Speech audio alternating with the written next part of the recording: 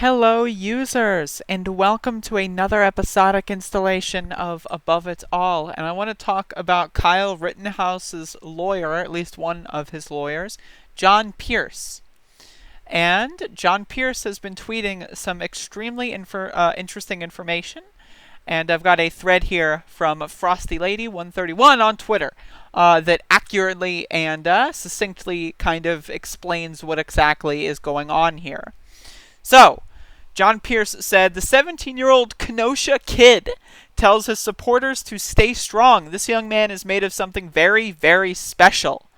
Hashtag 1775, hashtag 1863, hashtag 1944, hashtag 2020, hashtag fight back. So that's strange. But what are those hashtags representative of? Well, if we scroll down, we'll find out.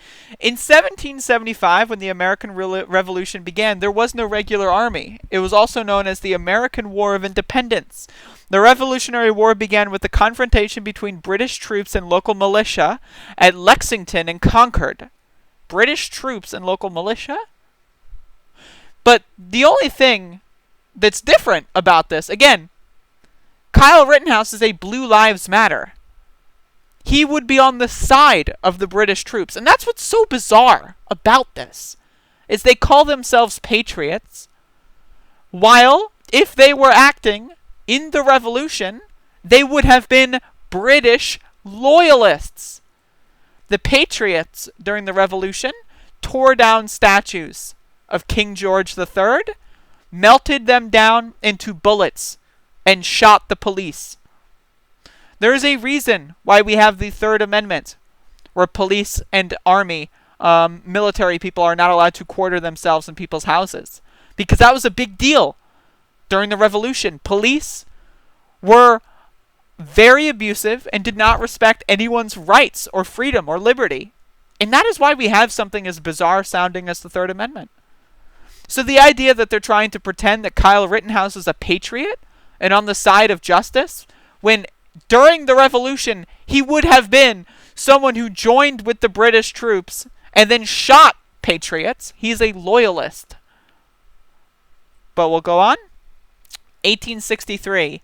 Abraham Lincoln issued the final Emancipation Proclamation, which declared that all slaves within the rebellious states are, and henceforward shall be free. Bitterly denounced in the South and by many in the North, the proclamation reduced the likelihood that anti-slavery European powers.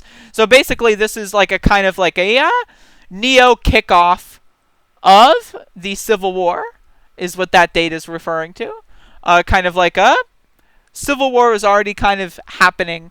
The whole thing was like brewing, and that was kind of like the kickoff, like the final match that lit the fire, or the straw that breaks the camel's back. And we go to 1944. World War II, Battle of Normandy, Operation Overlord, commonly known as D-Day, commences with the landing, blah, blah, blah.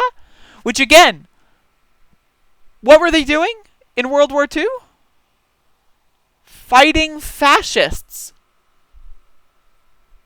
Reminder, one of the things that happened during the Holocaust in World War II was when German armies took over towns, or no. Let's back up.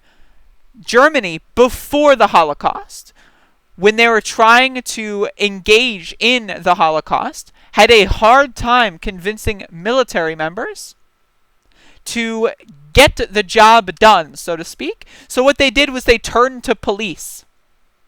And they had police enact and start up pogroms. And then when they occupied other nations during World War II, and when the Holocaust was already occurring, what they did was they got local police forces of occupied territories to help them murder Jewish people, gypsies, gay people, etc., etc. So, and the Americans were fighting against that.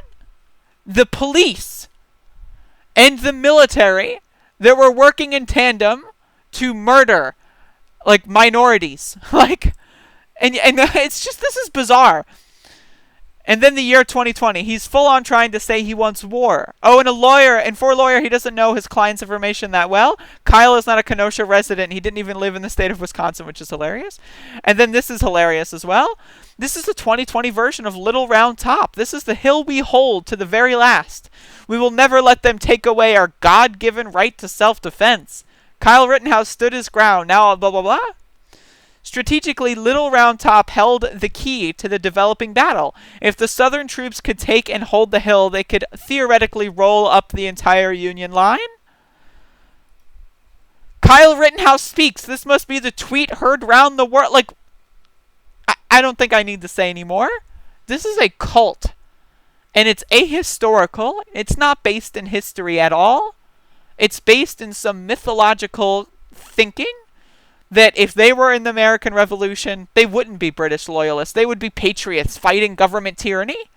Yet, when we have government tyranny, murdering people in the streets indiscriminately,